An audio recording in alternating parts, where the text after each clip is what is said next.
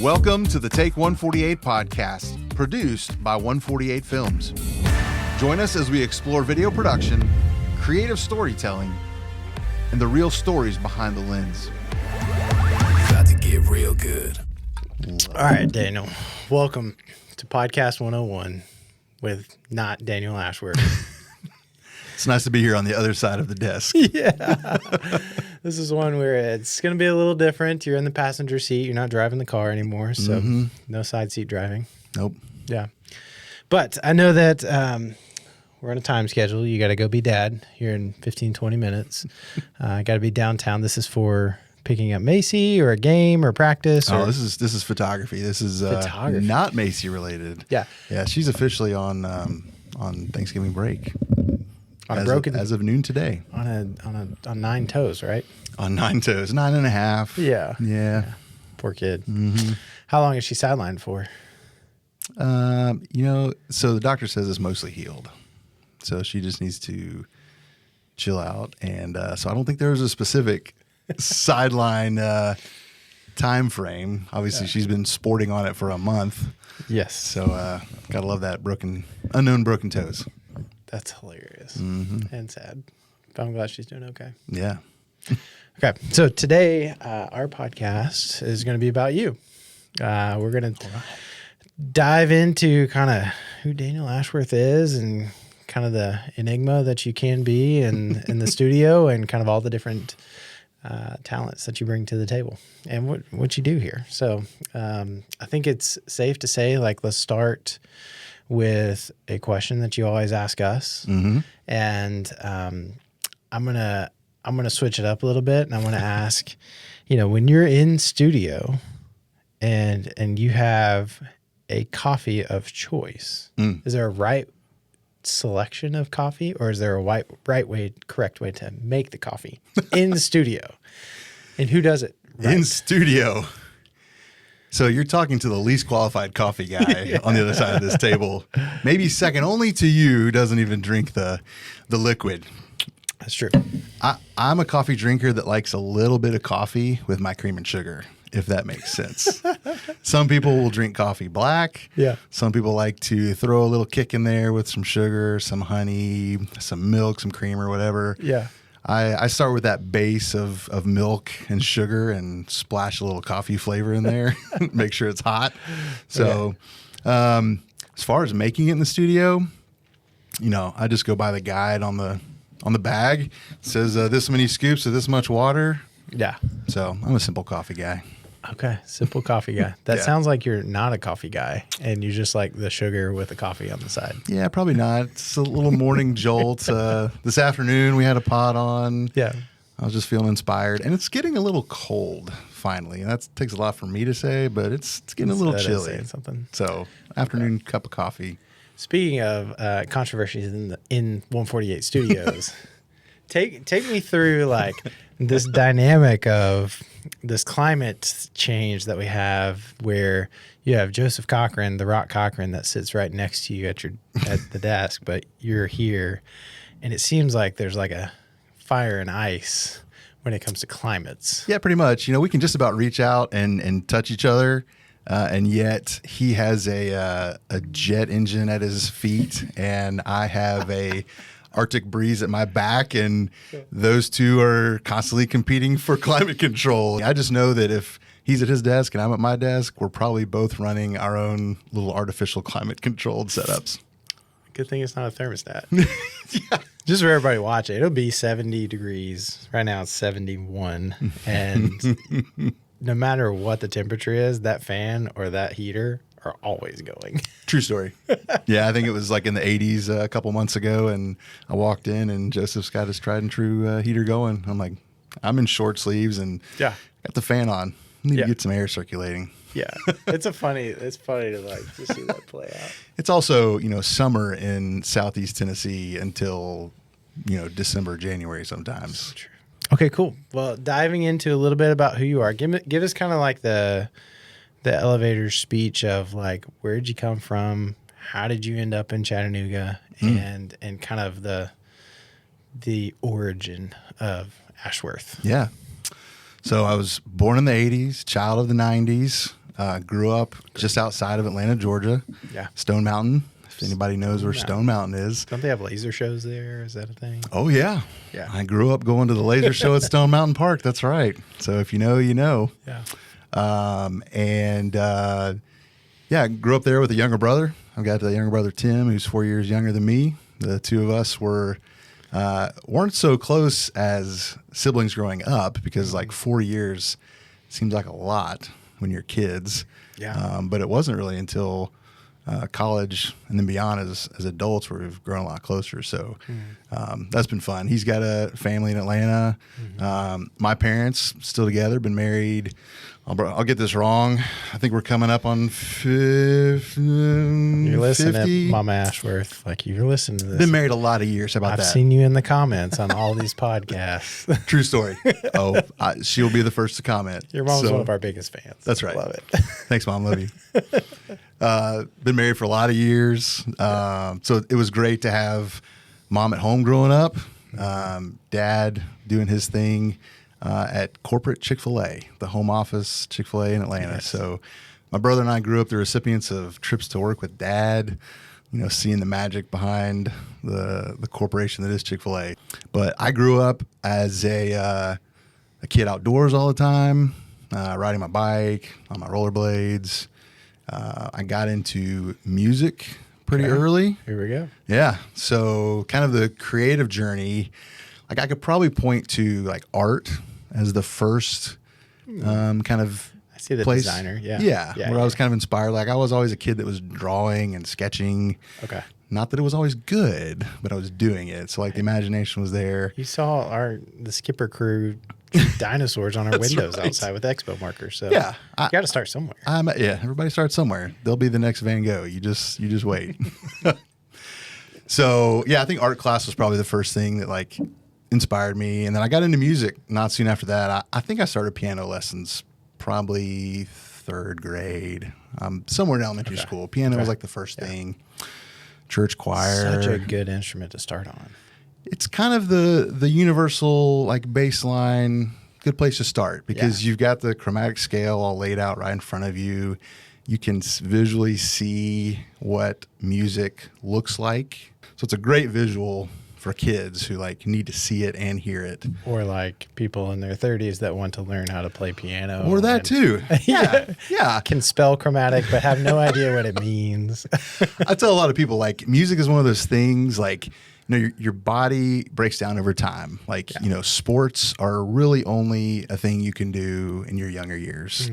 I think music is one of those things that you can do throughout your entire life. And it's so complex and so beautiful and inspiring. Like you're always learning.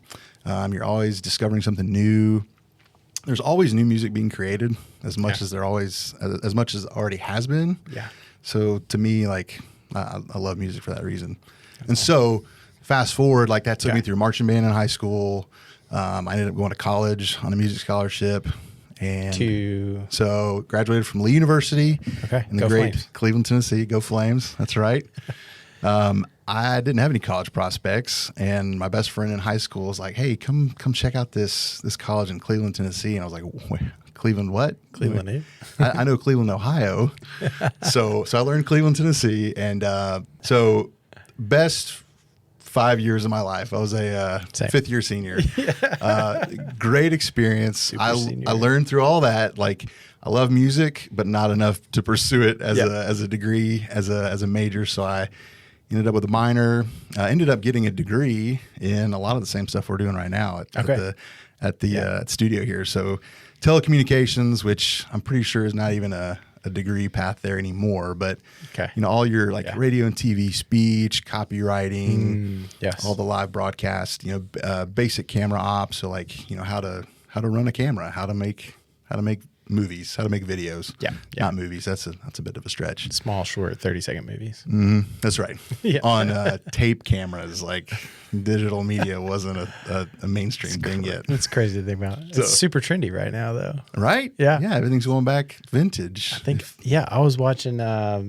We've been watching Sherlock on BBC the last couple weeks, and the commercials are modern commercials, they're like holiday ads for this year, but they have 8mm elements in most of the commercials. It's like not just a, hey, this is cool, trendy freelance thing, but it's like in the high profile commercials that we're watching now. Like it's just a normal thing to have 8mm in it. I think film has gotten so, like we've gotten so far away from film. Yeah. And now the popular thing is like, let's introduce grain and grit to perfect digital pictures. Yeah. And like now film photography and video isn't like a legit art form. People are like, I'm going to be super artsy and go film. And to that point, like I learned photography on my dad's 35mm film cameras. Okay. And learn is a loose term. Like he tried to teach me the exposure triangle and shutter speed, ISO aperture.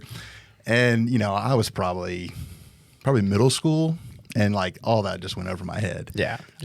But nonetheless, like he still got those cameras and I've actually got his whole bag at the house and That's pretty cool. hoping to get some 35mm film and just shoot some film again, just have fun. But like it wasn't until I grabbed a digital DSLR and had it in my hands and started playing in manual mode, you know, as so many of us do, it's like, oh, that's how this works. So here we are. I love that. And I should mention that I met my wife. Smart. At Lee. Yeah, Shout don't out. leave that out. Shout out. So we just celebrated 17 years. Congratulations. Thank you. So as far as like that was the 5 best years of my life in college, like a lot of that is, you know, meeting my wife, and here we are with a beautiful family and settled down in Southeast Tennessee, and life's good. Okay. So fast forward to kind of today, you've got Ashley, Macy, and Macy's in the studio quite a bit. Yep. Ashley comes in every now and then. I hope she feels welcome. She like pops her head in, and we enjoy when she comes by, but we just want to, you know, publicly say like you're allowed to hang out if you need to. Spouses are welcome. Spouses are welcome. And obviously Macy is great at hanging up lights around the studio, and she's a great little helper. Yep. You can tell y'all have raised her very well. Thank you. So like take me through now, like we're in 148 Studios. You've been working with us for a year and a couple months now. Really coming up on 2 years. Yeah. January will be 2 years. Yeah. So Crazy. 2-year work anniversary. Kind of take us a little bit into what does it look like today for Daniel Ashworth when he comes into 148 Studios? Kind of like, what do you do daily? What's your responsibilities? Kind of take us through what I know already, but for somebody who doesn't know, they're like, hey, I'm walking in the studio. There's Daniel. He's a famous celebrity in our community. Whatever. When I see him at Fresh Market, I'm going to say hi to him. Take us through like what you do here. What's the title? Yeah. So, oh man, there's so much in the title, right? So the title on paper is 148 Studios manager. Yes. So quite simply, and not so simply, that means basically this is my home base, home base of operations. So I manage the space we're in now and everything else in the building, mostly as it relates to the people that come in and out of here every day. Yeah. So we've got people that book this studio for recording their podcasts and other content they capture in here. We've got people that book the psych space in the back for photo and video work. And then obviously we've got the gear rental side of things. So we've got people that are coming and borrowing cameras and lenses and lighting and audio equipment. So it's fun to make those connections and meet new people, especially in the creative community here in Chattanooga. And beyond that, I'm trying to help get our name out in the community. So I'm kind of like the community outreach coordinator, if you want to, you know, that's a little self-titled thing right there, but all good. You know, we've like chamber events and there's a great things community like here in Chattanooga of just good people, whether they're in the creative community or not. They're just good people that we're trying to build relationships with. And you know, before you opened the studio, you've had the business for a while, but it's not been a storefront format. And so now it's like, oh, people are like, hey, y'all are here. This is great. I didn't know you were here. And so we kind of all get to be, you know, ambassadors for this place. And then I've got my hand in all kinds of other stuff. It's like operations, like whatever you need me to do. We're doing website work and social media stuff and writing from time to time and some marketing stuff. I mean, my background covers so many different facets of things. So many instruments. Yeah, that's right. Yeah, I'm a one-man band. Yeah. If you want to put it like, but there's been a lot of things that I've been a part of over the years in the past that I feel like I've been able to contribute and bring to the table here. And we've got such a lean team that, it's really fun to just come to work with a half dozen people every day and just do great stuff and lean on each other's skills and expertise and experience and just to make the magic happen. Yeah. It's definitely like everybody is a pivotal member of the whole team. Yeah. And you're definitely part of that. Okay. So in the grand scheme of like the 93 different things that you actually do at the studio, you meet a lot of people doing podcasts. So you've got, kind of take us through like, okay, when I run a podcast and I show up through this door and I walk into the space, like take me through like how you host people here. Cause you're a very good host when it comes to people coming into our space. Sure. So like, take me through like a mindset of like, how do you set them up for success? How do you take care of them? How do you want to represent, who you are and who you are to God, and also like our studio, like take us through that experience there.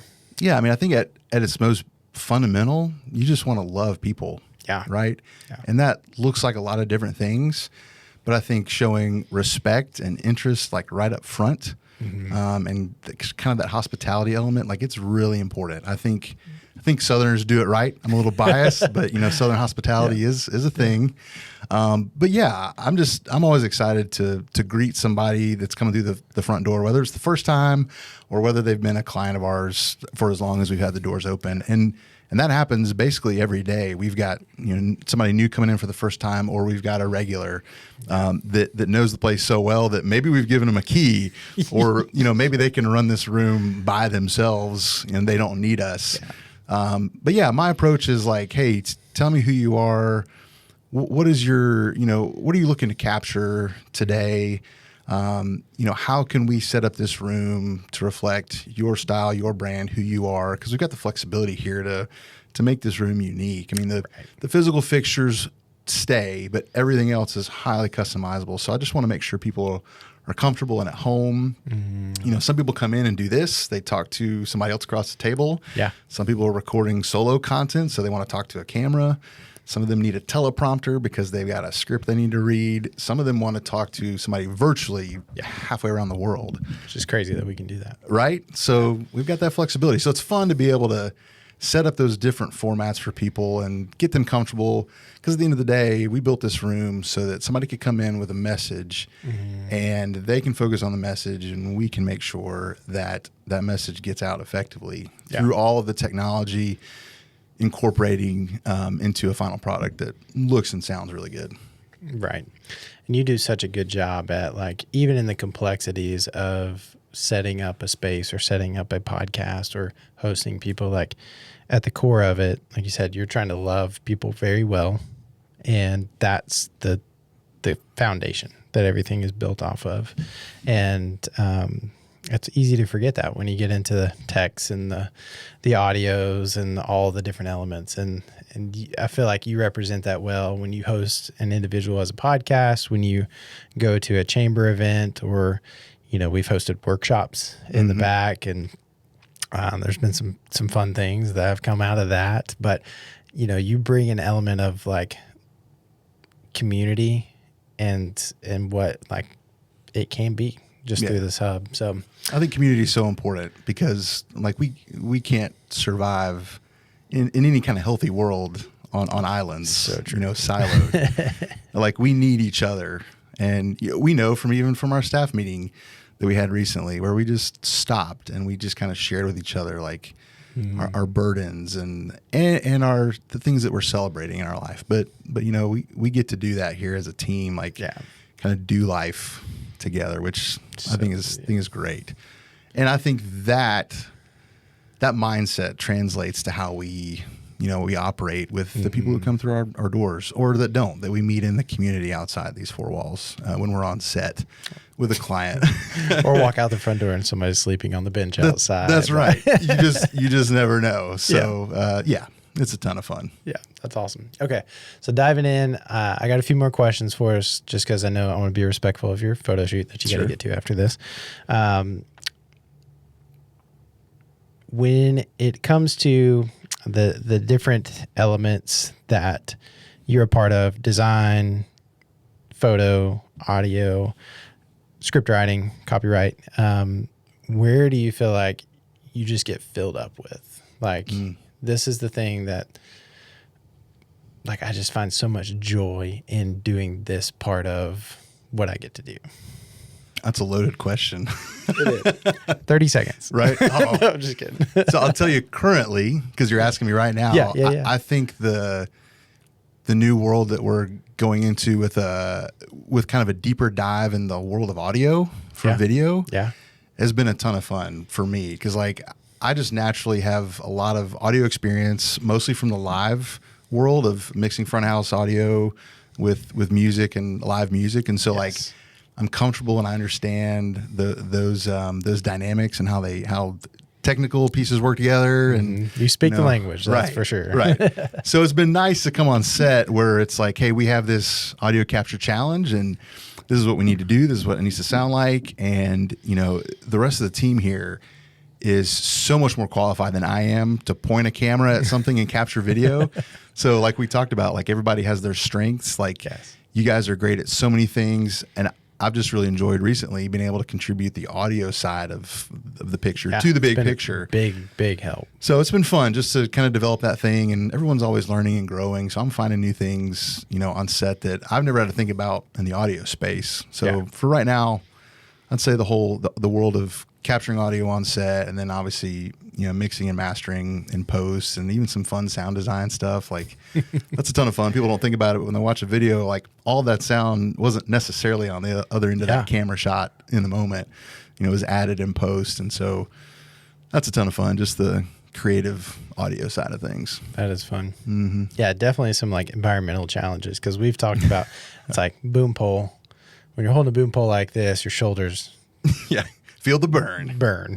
But it's like, even with content creation here recently, it's more of like, how do we capture live audio from it? We're big on like not putting, you know, the giant logoed mic on the outside of your shirt or clipped onto your hat. So like, or holding it right here to your mouth. Yeah, holding a wired mic.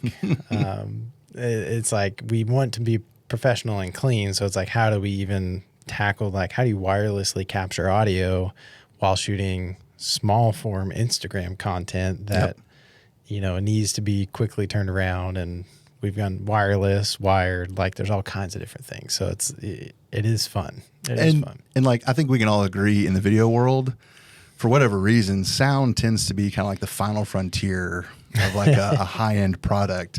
Not that it suffers relative to the video side, but I think for a lot of us, it's easier for us to learn and edit and master things we can see. Yes. For so many of us, myself included, like the audio side of things, hearing the dynamic range and clearing up a muddy EQ and using the right microphone to capture the content you need, like that takes a lot of intentional work and development. Yes. And for a lot of people in the video world, you know, you can watch a video quickly and go, man, sound was an afterthought. Yeah. And that is not the case for us. Scientifically, our brain processes audio before video too. Oh, there you go. And so it's you can have a bad video and great audio, and you'll remember that audio, and vice versa. It's like you remember bad audio and a good video. I've skipped some podcasts in the last week that I really wanted to listen to because of the personalities on it, but for whatever reason, the way they captured it, it just was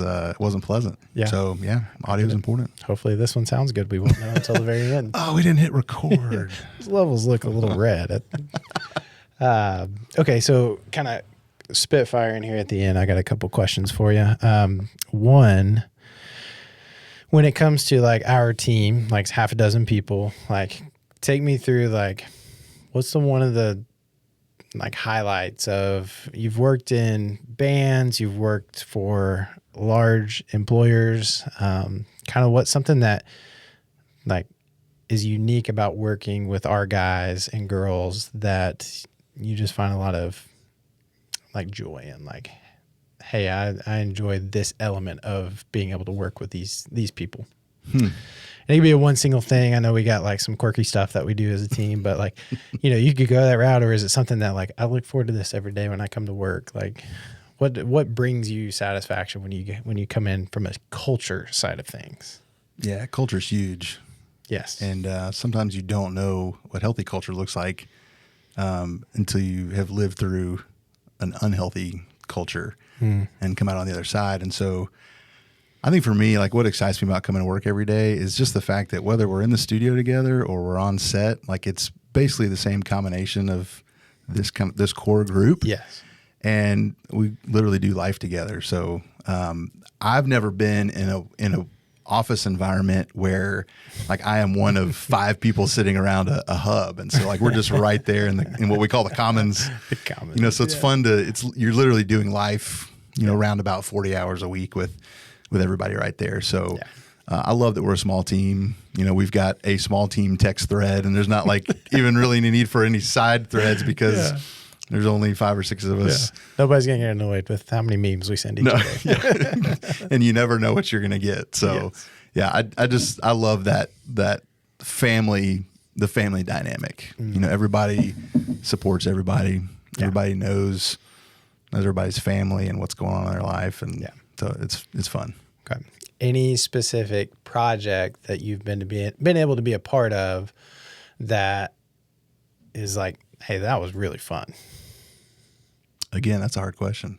I'll say Chattajack, this most recent. Okay, yeah. Chattajack most project. recent ones. It's fresh. It's fresh. It's fresh on my mind. That was a ton of fun just because you're combining so many elements. We got a huge team capturing content all day at the river. Yep. Plus or minus 31 miles and a Waffle House trip. And then you've got the narrative element. So we shot some content that was scripted with an actor. And then got to package all that together with some sound design and music, which, you did a fabulous job on that final cut. So I was happy to be a part of small contributing member. I made the visuals look good. Y'all made the audio look good. Like between you and Joseph, like you were doing all the sound design. Joseph did the sound effects. Like, Now, like I said, team effort, right? Team effort. Ton of fun. Team effort. And then beyond that, like I got to say, the first couple months I ever worked here, Barrett Jackson is always going to be such a unique season. I love it. I love it. And admittedly, because I'm a car guy, that's why I enjoyed the trip. And I had a camera in hand, and I got access with media credentials that otherwise. I remember calling you because we were like, okay, it was like fresh onto the scene. It was like it was the first month that you were on staff, and you told me that there wasn't a spot for me to go because you'd already built your team. Yeah, we had already pulled the budget together. And so I was like, man, can we pull this off? And I remember calling you and like, hey, would you be interested in going? And you're like, is that even, why are you even asking? Let me check. Yes. Yeah. I was like, by the end of the phone call, I didn't even have to check for permission from Ashley. It's like, I'll be there. Okay, we're gone for a week to California. Yep. Or Vegas. It was in Vegas. Yeah. Was it Vegas? No, Arizona. With a little trip down to Vegas. We did go to Vegas on the side. When you're that far For out. work. That's right. Totally work related. NFL work. Yeah. That's right. But that was a ton of fun. That was a fun car trip. guy. I was in my happy place and captured some great content for our client. So crazy I'd say it's win-win. Other than the boot I was in for a fractured foot. Yes. I hobbled lots of miles in a 1 million square foot event. Yeah. Yep. Yeah, I remember that. And recently you just did one in Georgia, in Monroe. Oh, that's right. Yeah. Absolutely. So it was another big car shoot. Yes. That was a ton of fun. Like, I think I'm the car guy on the team here. 100%. Yeah.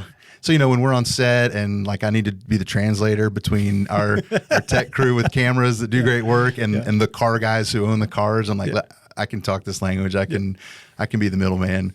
So, we're able to put GoPros, on windshields and capture first person, driver content. And the guys got some great aerials of these classic cars driving through rural Georgia. That's pretty cool. And just a ton of fun. A car guy's garage like I've never seen, with a bunch of neon signs and probably close to 40 cars, all of them with a story. So, so we content for days. This is sponsored by recreational group Swiss Tracks. Delaney, just letting you know. Thank you. Our floor in here is Swiss Tracks. Click on their ad in the lower right hand corner. Daniel also loves Swiss tracks and will love his garage with Swiss tracks. Hey, Yeah. why not? Why not? That's awesome. Okay. So yeah, definitely like you speak Fender, whether it's car or guitar. It's helped out a great. lot. I like that. And it's kind of like it's so many different elements that there's so many strengths you bring to the team that like, I don't do any of either one of those. I was never a music guy. I was never a car guy. I respect both of them throughout, but it's like having you there that can help bridge that gap with our clients or whoever it is it's cool. It's cool to see. It's fun. It's so fun. I love it. And we've kind of like you've broadened my horizon on cars and music, but also like in audio. But we've also broadened your horizon on food, from what I understand. Like with Idris kind of bringing this lunch venture to the table, like you've eaten some foods that you never thought you would have before. Yeah, I never considered myself like narrow-minded in the food world, but it wasn't until I joined this team that I realized, number one, that there's so many restaurants in Chattanooga that I've not only never heard of, but I've obviously never been to. And that list is still pretty big. And so Ashley and I need to get to some of those restaurants. But like, you know, I'm always willing to try most things once, which is what, you know, that's Idris's thing. I'll try everything once. Yeah. Yes. But yeah, I've certainly been on some lunch ventures with the crew, which is always fun because we've got people that are not picky eaters and have tried a lot of things. And we've had, you know, interns in the past and some even on our team that are like, no, I'll take the chicken fingers. Yeah. Here's the kids menu. Yeah. Yep. Exactly. I love that. If Macy could do a job inside of 148, what would you have her do?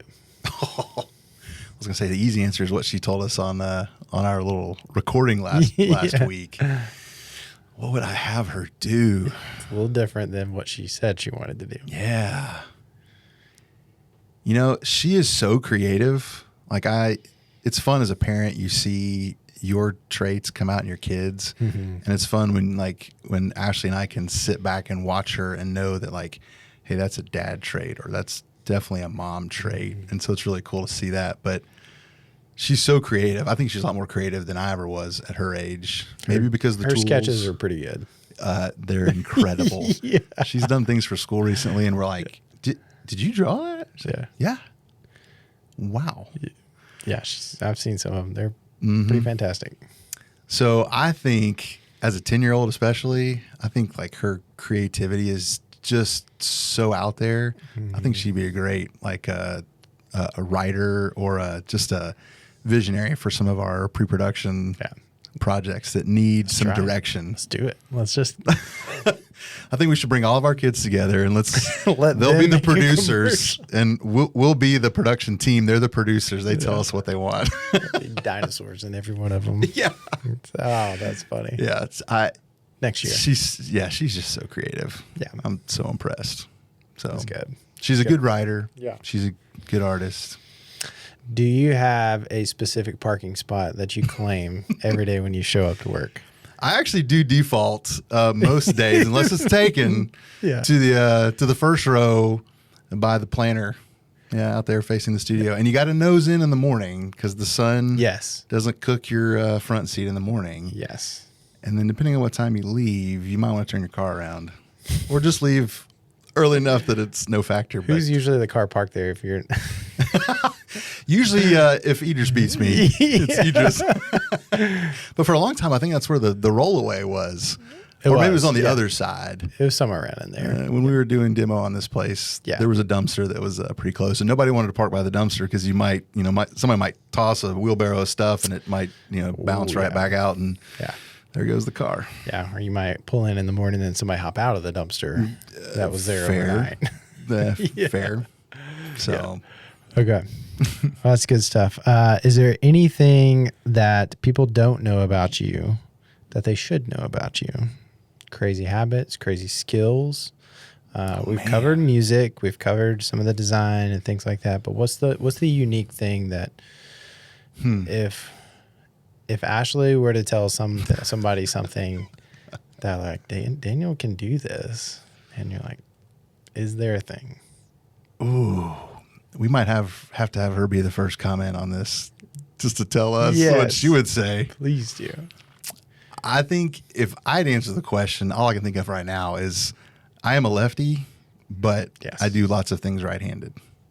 Yes. So golf, hockey, baseball. Okay. I swing right-handed, but I throw right, kick, But you are left-handed. eat left-handed. How do you eat cereal, left or right-handed? I can switch it with that, Okay. but default left. Let me ask you this, because this is actually something Emily and I discuss often. I don't know why we discuss this often, but why, when you brush your teeth, left-handed or right-handed? Think about it tonight whenever y'all are doing it. Left-handed. So yeah, like if I tried to brush my teeth left-handed, I would poke my eye out. We've tried this before. That's not normal for, like, just try the other hand when you're brushing your teeth. Okay. Yeah. I will tell you, when I got into music, I started playing the trumpet, Yeah. and my parents were like, "You're left-handed. Do we need to get a left-handed trumpet?" And I was like, "I don't know, Mom. I'm in 6th grade. I don't know." So we went to the music store, and the guy was like, "No, they don't make those." I was gonna say, I feel like a trumpet's just like a single. Right? But they do make left-handed guitars, Yes. which are pretty common. Yeah. And so I do happen to play a left-handed guitar and a right-handed trumpet. I don't know. Okay. Riddle me this. So it works. Trumpet valves right here, guitar neck right here. Makes sense. Makes sense for a lefty. So Let's check out. fun fact. Okay. How many cars do you currently have on your desk at work? 1, 2, 3, 4, 5, 6, It's up there. 7. How many photos of Blue Angels have you ever taken? Too many. I think I've seen them 5 or 6 times. Okay. In Pensacola at their home base. Yes. And that's the best thing to do. Like if anyone's ever in Pensacola Blue during Angels. show season, yeah, you can get on base early enough, and you got to go hours before their practice schedule. But you can see basically it's a free air show. They do their full show as a practice demo, Naval Air Station Pensacola, usually Tuesdays and Wednesdays during show season. This is why you know these things. Oh man! And the coolest thing is to go. You have to buy a ticket well in advance, but there's a lighthouse on base in Pensacola. Yeah. And you can see the airfield from the top of the lighthouse, and they will shut it down except for the 10 or 20 people that they sell tickets to Okay. during the air show. And you get to watch the air show from the top of the lighthouse with a 360 view. So my father-in-law That's cool. and I did that years ago, and I had my camera, of course. But there's a sneak pass. One of the guys, one of the solos, comes flying by, and he's basically at eye level with you, that high up. cow. Yeah, and does a little wave, just chilling. and waving. Classically, like simple wave flying. Yeah. So my father-in-law miles was an my hour. spotter. Yeah. And I'm running around with my camera and oh yeah, it's a blast. What a time to be alive. Okay. Oh, yeah. All right. Last question. If you had an opportunity to either fly in one of the jets or drive an F1 car, what are you doing? You're gonna make me choose, huh? You got to choose. I'll tell you right now, this is drive a car. Okay. Because my brain does not like being whipped around like those jets would do. If you ask Ashley, I'm not a roller coaster rider. Like Really? I might do one a day. Okay. Dollywood and then next I'm week. maxed out. Yeah. Yeah. Dollywood. Yeah. But no, I would rather be whipped around into high speed corners in an F1 car. Yeah. Preferably driving, not riding. But yeah, I'd rather drive all day. Okay. Now flying, if I had the experience, I might do it just to say I'd done it. But You I got to would try everything once. Oh yeah, I would be so sick afterwards. Yeah. Oh, man. That'd be wild. Wild. It would. Yeah. Okay. Well, Daniel, I know you got to go to a photo shoot. Yep. Thank you for participating in the passenger seat today. Yeah. Thanks for having me on the show in your studio that I host. What a way to end this show. So, but yes, thank you for everything that you do. Keep up the good work. Tell Macy she's always got a job if she wants to just come in and, start doing creative producing. And, yeah, we'll check everything out. We'll continue this podcast with you back in the driver's seat after this. Sounds great. Thanks, Skip.